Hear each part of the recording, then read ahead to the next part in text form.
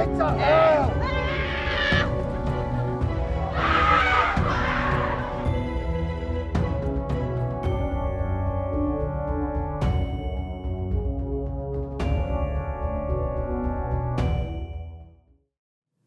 is a name informally used for an ex-mining town between Ballingry and Lochore. It got its name from Benarty Hill, the local landmark that reaches 356 metres in height. However, we're about to discover the more sinister side of Benarty. On Halloween night, instead of rushing from door to door gathering sweets, the locals of Benarty registered themselves at the Miners' Club before going on a thrilling 20-minute walk in the woods, where at any minute ghosts and ghouls are going to spring out of the bushes and scare the life out of them. We're going to find out why. It's brilliant, Yeah, absolutely amazing. Great community project. It's amazing all the work that's put into it and how it brings the community together and it involves adults. And Halloween, it brings, it makes the adults enjoy it as well and That's gets right, them the involved. It's just trying to bigger it and better it every year. However, not everyone has a positive experience on this walk. Some still have nightmares. Margaret Limbu Binney had a rather unfortunate experience when she first went on her walk that's left her so traumatised that she vows never to do it again. Here's her story. Well, it was scary. I think because they put a mattress inside, like a tunnel, and the minute you thought you were expecting something to happen, but the minute you went into it, you didn't realise you were going to be losing your footing, because you were on a mattress, so right away you didn't ken. You're losing your senses and you're panicking, and every member of my group except for my pal that was with me ran away the other way. We all said we would wait on each other, but nobody did wait, and so I was trying to go back the way, which wasn't working out very well for me either. So as we were trying to find our way forward, no, I'm not saying that. Come on. We were still getting scared and I was screaming and my dentures fell out. It was pitch black, I was scared and I was taking palpitations, and I was scared to move because my teeth was lying at my feet, and if I'd moved at all I would never have found them. My pal didn't ken this, so she was screaming and trying to pull me.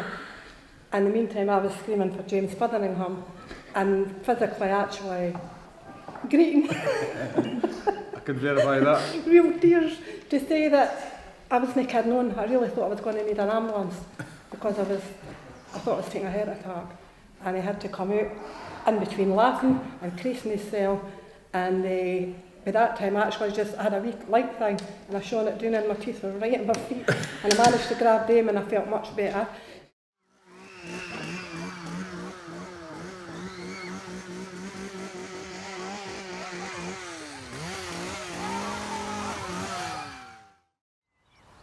So why do people subject themselves to this terrifying experience?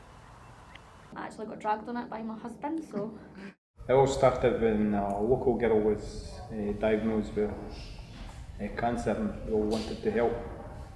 And after that event, it was hugely successful, so we wanted to carry it on and use the money to go towards the community. In 2013, local resident Susan Page was sadly diagnosed with a brain tumour and lung cancer. In a bid to raise money for treatment, the community united together and began organising fundraisers, thus starting the Benarty Spooky Walk. There is a high quality of set designs that doesn't look cheap to make. Where do they source their materials? Steal it. We beg and borrow. Big steal and borrow, We've saved some stuff up.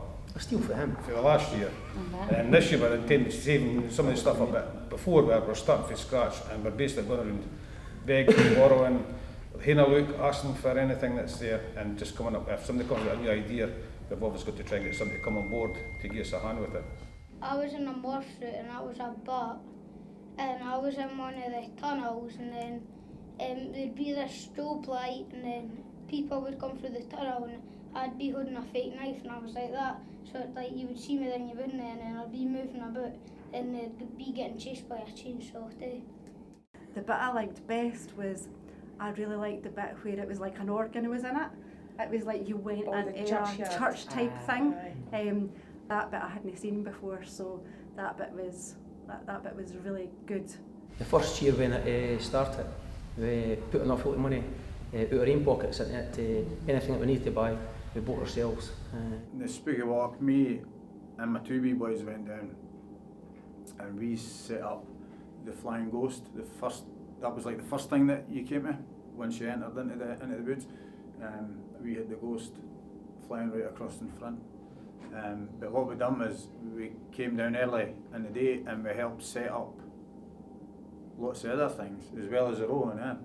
There was somebody heading along, moved into the street just off where my set was set up, and she was just walking to the house when I went there and introduced myself, to let her know what was happening, what all the noise is going to be behind her house, so she wouldn't get a fright with it all. She says that her granddaughter was actually doing the walk, and then in the same breath I then asked if it was okay for me to plug some extension cables into her electricity, but she was more than helpful and accommodating in that as well. So it's people like that. You also need the kind of people, and it's good that they're quite willing to help out as well. Everybody that you talk to that stays on that back row to the middies where they have it says that all they hear all night is squealing and screaming and that.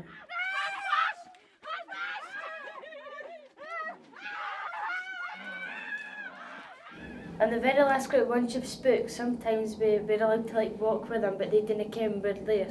So sometimes they turn around and get a fright as well, so that's good.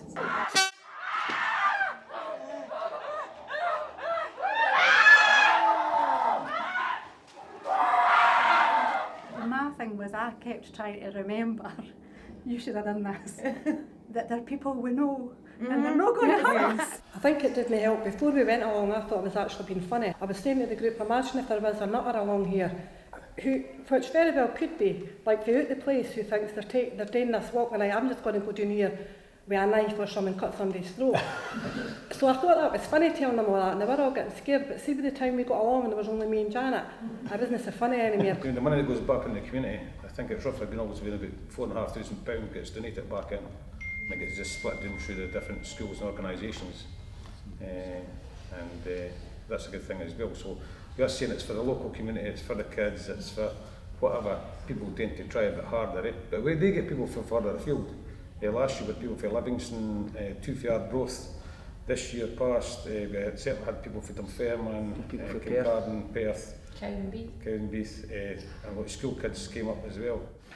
So any money for Benarty fundraiser stays in Benarty and it only goes into worthy causes in our community. Benarty Gala, the Old Folks Group, Benarty Astros, Kids Come First, Creche, and the 2 schools and 3 nurseries have all been beneficiaries for direct fundraising events.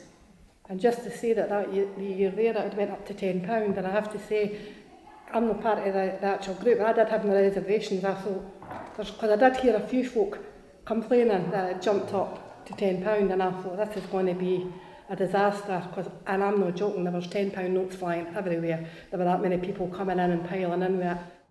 Follow the path of dragon's blood, but if not, I cannot guarantee your safety. Oh.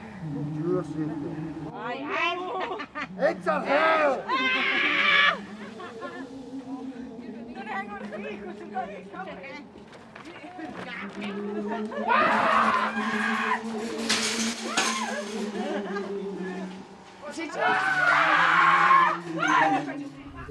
Most people really enjoy it. There's some say that they'll come again next year, but some say that they enjoyed it but they would never ever come back because they're too frightened. I went to bed, I was in the bed, I was not down the stairs. It was 4 o'clock in the morning, that was the last. I remember looking, I said, I can't believe that's the adrenaline has kept me up to that time in the morning. I think with the small area, it gives a lot of people something to do on that night, where it's not an expensive night out. It was good, really well worth it. Good. I would recommend it to anybody. Even though he's only 10, I was a bit, but after doing that last year, it'll be fine. It would maybe be if they could have done it over 2 nights or something, because the setup that they have to work that they have to put into, it's a shame that it's just for one night. If it was maybe keep it up for a weekend, that would be anybody that's never done it. I know that they'll kill me for saying that. The Spooky Walk plans to continue running this event for many years to come, and we'd love to encourage more people to get involved. Maybe one day it'll be successful enough to last for the whole weekend.